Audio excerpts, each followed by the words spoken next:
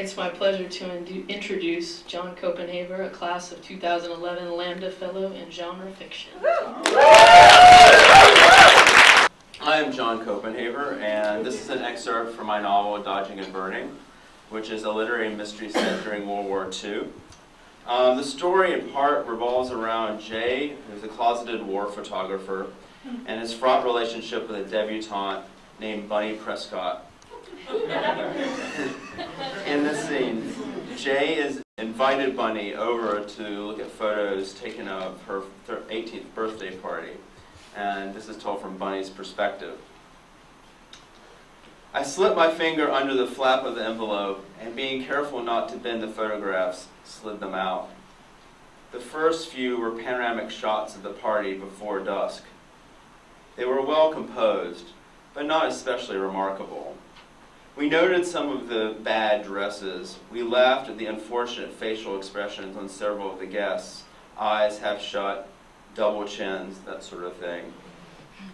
There was a photograph of my mother and father dancing. My father's eyes were a bit dim and my mother's arms were loose around his neck.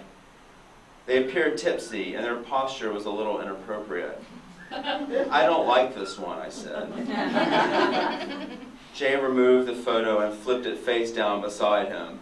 He didn't seem offended. The photographs of me were at the bottom of the stack. This is what I expected to see. A lovely young woman with rich dark hair and a clean white cotton dress, posing playfully in front of the camera. There would be equal amounts of carelessness and caution to the image. The right arm stretched out, the left hand planted firmly on a hip, leaning forward a little, inviting the viewer, but gently, with grace, the same poise I had always admired in my mother. This young lady would be bright about the eyes, might even be thought flirtatious, but not indiscreet. She would approximate the perky Carole King dress models in Ladies' Home Journal, or an elegant fashion model juxtaposed with a handsome military man in Life magazine. Oh, what vanity. A few years ago, I stumbled on a retrospective of Ouija's work. His photographs of the underbelly of New York City during the 1940s, the winos, the prostitutes, the exotic dancers, the transvestites, the crooks, the dead bodies. His obsessive love for sensational grit reminded me of these photographs. What I actually saw when he showed me these images was phantasmagoric, a sort of nightmare of myself. The background was inky darkness, and in the foreground I glowed so white that the folds of my dress had disappeared, and my skin shone pale gray and almost two-dimensional. My face, however, was distinct.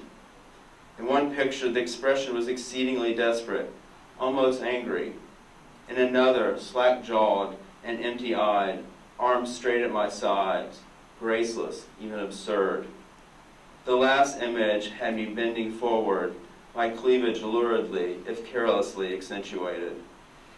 I looked to be folding in on myself, white enveloping white, a phantom preparing to vanish in a ripple of cold vapor. I touched the surface of that final photo, leaving my fingerprint over my face. Jay caught my hand, gently moved it away, and said, I dodged and burned them in the darkroom to make that effect. I liked that he touched me. What does that mean, I said. I underexposed you and overexposed the background. I wanted you to float in the darkness, like a white bird. I thought he was telling me that my photos were beautiful, that the real me, the absurd, frightened, desperate me, was something extraordinary and desirable.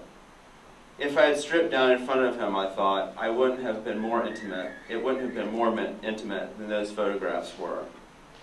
Of course, that wasn't the case, but I didn't know it at the time, so I kissed him.